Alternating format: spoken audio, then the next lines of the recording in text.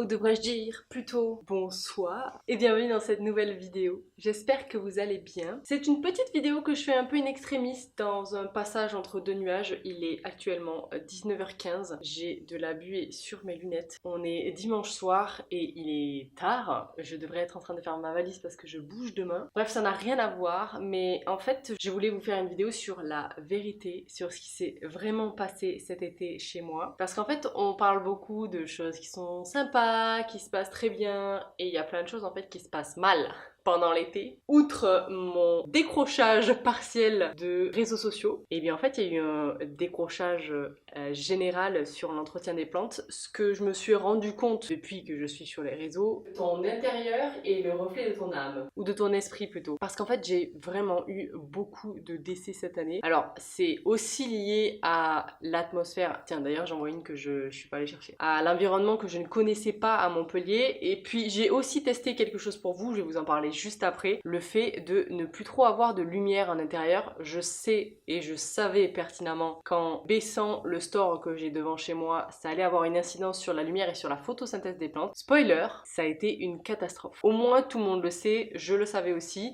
mais c'était soit la survie de quelques plantes d'intérieur qui pouvaient un peu passer du côté obscur, ou toutes mes plantes du balcon qui allaient griller. J'ai testé pour vous, je vais aller chercher cette dernière là que je vois d'ici et qu'il faut que je récupère, parce qu'elle fait quand même partie des décès, même si elle a encore une feuille verte, mais je vais quand même la prendre. Vraiment, je pense qu'il faudrait que je vous fasse un point de vue de ce que j'ai devant moi, parce que j'ai étalé du coup toutes les petites plantes qui sont mortes face à moi. Là vraiment j'ai un cimetière de plantes en fait vraiment devant moi. C'est beaucoup de petites plantes et de moyennes plantes. Ce qu'on pourrait se donner aussi en général comme constat, c'est que les grandes plantes sont beaucoup plus costaudes forcément dans le temps. Mais bref, je ne vais pas tourner plus que ça autour du pot et je vais vous montrer les variétés, je vais vous expliquer. Effectivement il y a eu certes la chaleur, mais il y a eu aussi peut-être un entretien qui a été bancal à un moment. Dans les semaines plutôt qui vont venir, je pense qu'on va faire un beau nettoyage de mon intérieur, une bonne prise de conscience et un beau mea culpa aussi de mon entretien, peut-être sur le nombre de plantes, etc. Passons au vif du sujet, c'est-à-dire les plantes décédées. Le plus classique, c'est qu'il faut savoir que, bien sûr, avec la chaleur, j'ai eu des trips chez moi. Mais je ne pense pas, vraiment pas ça qui a le plus détérioré l'état de santé de mes plantes. Je pense que c'est réellement le manque de lumière. J'avais une bonne masse de Hoya.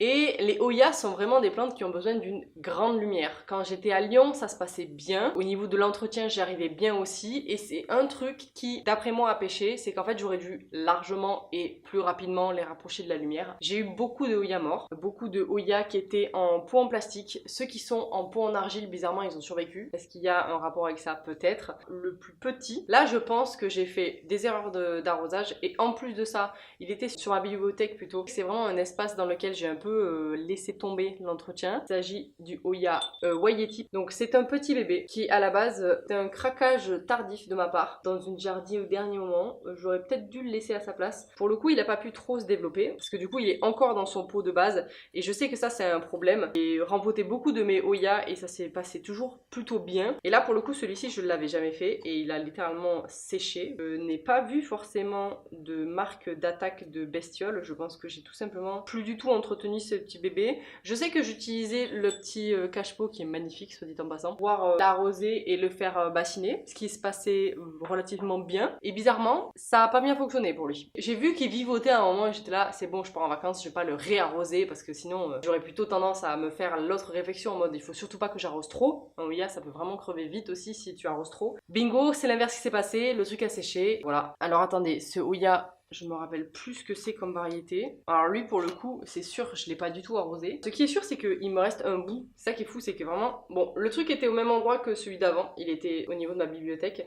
Et en fait lui aussi je ne l'ai jamais rempoté. Le substrat vraiment Hoya que les jardins émettent c'est une catastrophe. Voilà.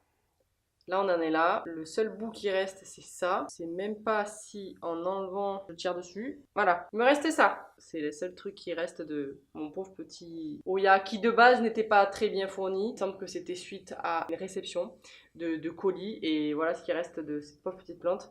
Le substrat était beaucoup trop léger, pas du tout adapté à la famille de plantes. Et bref, c'est pas forcément que le substrat qui va pas bien sûr, c'est aussi mon entretien et tout ce qui s'ensuit qui n'a pas bien fonctionné. Donc deuxième Oya dye à mon actif. Mes autres Oya sont pas forcément en très bonne santé. Faire aussi un mea culpa, c'est que peut-être finalement le pot en plastique fonctionnait bien à Lyon en termes de lumière, mais fonctionne pas bien ici. Celui-ci aussi, qui, alors pour le coup celui-ci c'est moi qui l'ai rempoté et j'ai pas trop compris ce qui s'est passé. Peut-être une attaque d'acarien qui est arrivée utilement et pourtant je vois pas d'acarien, c'est ça que j'ai pas trop compris. Celui-ci je l'avais déjà bouturé parce qu'il allait déjà pas bien, c'est mon Oya Australis et en fait du jour au lendemain alors que je venais de le rempoter, il a switché en mode c'est bon, c'est ciao pour moi. Et en fait au niveau de son feuillage, je vois rien de particulier, il n'y a pas de bébête. Je sais pas trop ce qui s'est passé, peut-être que pour le coup c'était le substrat qui allait pas. Peut-être trop léger et qui retenait pas assez l'eau. C'est peut-être possible que finalement il y a un peu trop de coco ou de sphaigne dans le mélange que je mets. Allez savoir. En tout cas, je vais peut-être essayer de faire des mélanges qui retiennent un petit peu plus l'eau parce que pour le coup, moi, j'allais pas trop fort en termes d'arrosage. Peut-être que ça va pas. On est déjà à 3 plantes d'ail. Hein. Ensuite, est-ce qu'il y a un autre Oya? À ma grande surprise, je pense que c'est une question d'entretien général. C'est vraiment une plante que j'avais au-dessus d'une étagère et qui, au fur et à mesure, a dépéri. J'ai déjà, voilà, pris le temps de faire une bouture de cette petite chose.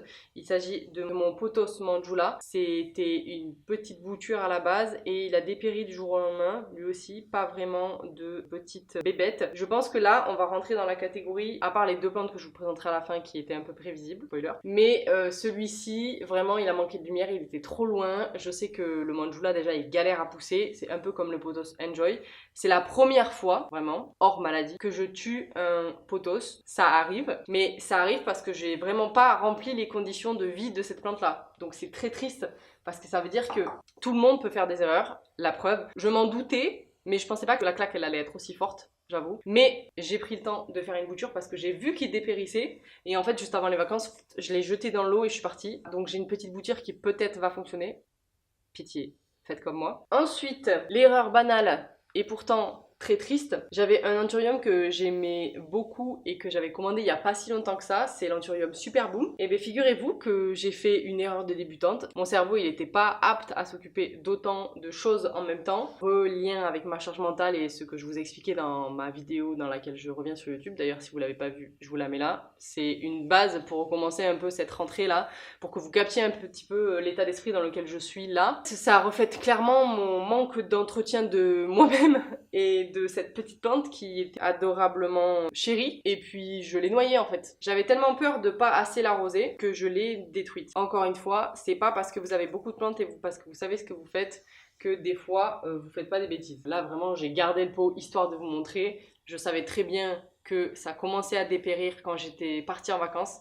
J'ai pas voulu faire d'efforts. Je sais qu'à ce moment-là aussi il y a eu des trips, ça a pas dû l'aider. Je sais pas si lui il en a eu, mais globalement c'est pas un bon quart d'heure qu'il a passé le monsieur. Je sais que je l'ai déplacé aussi à un endroit qui était plus lumineux au moment où je l'ai vu pas bien, mais en fait comme je suis repartie assez rapidement, terminé pour lui, c'était déjà écrit qu'il était sur la pente descendante, voire déjà au fond du seau, le petit. Donc je suis un peu deg parce que je l'aimais beaucoup et que je l'avais pas depuis longtemps. C'est ça aussi qui me fait mal au cœur, c'est que c'est une plante que j'avais achetée il y a pas longtemps. Voilà, ça reflète peut-être un peu mon envie de ralentir et de réfléchir beaucoup plus mes achats plantes, ce qui était déjà le cas. Mais il y a des moments où je décable toutes mes réflexions et toutes mes valeurs et je reviens dans un tort un peu comme ça. Bref, RIP mon bébé, t'étais adorable et je pense très fort à toi. Ensuite, nous avons une petite plante que j'avais de quelques temps déjà. Alors j'ai vu qu'il y avait peut-être un petit rhizome qui restait. C'est mon Alocasia Aslani que j'avais depuis déjà quelques mois. Lui, j'ai oublié de l'arroser. Et ce que je me dis, c'est que peut-être le rhizome est encore viable. Pour l'instant, il est d'ail.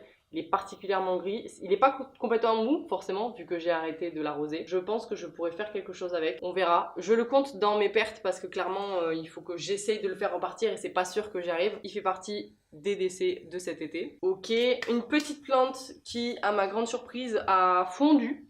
Un peu comme un cactus que tu fais pourrir de l'intérieur et pourtant je ne l'arrosais pas tant que ça. C'était une variété que je ne connaissais pas du tout pour ma défense, que j'avais acheté depuis le printemps dernier. Ouais, c'est ça. C'est un Dorstenia Hildebrand. Bon voilà, tout ce qui reste c'est la petit bout de plastique qui désigne ce que c'est. Le résultat de ce qui reste. Il allait très bien, il a passé très bien l'hiver.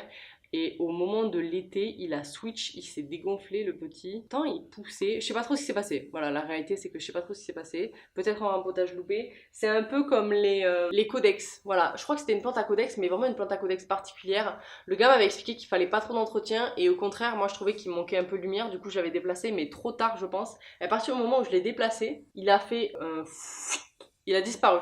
Je suis revenue de vacances et c'était de l'air. Et pour autant, c'est un peu ce que font des fois les cactus quand ils sont soit malades, soit qu'ils ont trop d'eau. En fait, ils se font aspirer par eux-mêmes, leur propre intérieur. C'est assez particulier comme disparition, je trouve. Et pour terminer, ouais, on arrive sur la fin. Il s'agit des 2 pertes qui vraiment ne me choquent pas du tout. J'ai tout fait. J'ai tout fait, j'ai tout essayé. À part déménager, bien sûr. On a mes 2 Maranta. Est-ce que ça nous étonne? Le Conora Lemon Lime. Là pour le coup j'ai eu des trips sur trips, c'était un peu relou. Une fois que j'avais plus de trips, j'avais des araignées rouges. Donc je les ai déplacées, douchées, traitées, déplacées, douchées. Et à un moment j'ai dit je vais faire des boutures. J'ai essayé, ça n'a pas marché. J'ai remis dans le pot, ça repartait plus. Bref, une histoire d'amour tumultueuse. Quand je les ai prises, je me lançais un nouveau challenge. Écoutez-moi bien, c'est la dernière fois que je me lance ce challenge.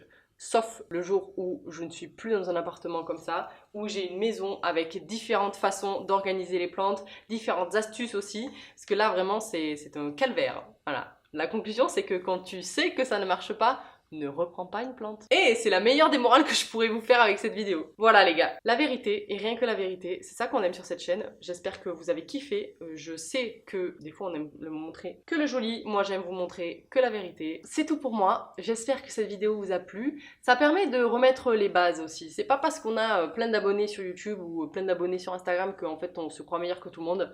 C'est faux, on fait des conneries. Certes, je partage énormément de conseils que j'aime appliquer et que parfois j'oublie d'appliquer. Là, je suis sur un renouveau. Je pense que je vais faire un gros nettoyage d'abord. C'est déjà ce que j'ai commencé à faire à l'extérieur parce que j'ai aussi eu pas mal de pertes à l'extérieur, mais ça, ce sera dans une autre vidéo. J'ai aussi l'intention de remettre un petit peu de couleur dans mon intérieur. J'ai re-envie de me mettre à décorer, ce qui est cool. Mais du coup, j'ai re-envie d'organiser correctement. J'ai plus envie de les poser parce que la lumière est bonne ou pas bonne. Là, j'ai vraiment envie de faire de la déco avec les plantes. Donc, c'est plus le même état d'esprit. Je pense qu'on est dans du mieux. On évolue petit à petit et c'est cool. Donc voilà, je sais pas si j'arriverai à vous faire une vidéo pour la semaine prochaine, mais en tout cas, merci du soutien, merci d'avoir regardé celle-ci. N'hésitez pas à me dire en commentaire vos pertes de cet été. Partageons ensemble nos plus belles erreurs et on se dit à la prochaine pour une nouvelle vidéo. Salut!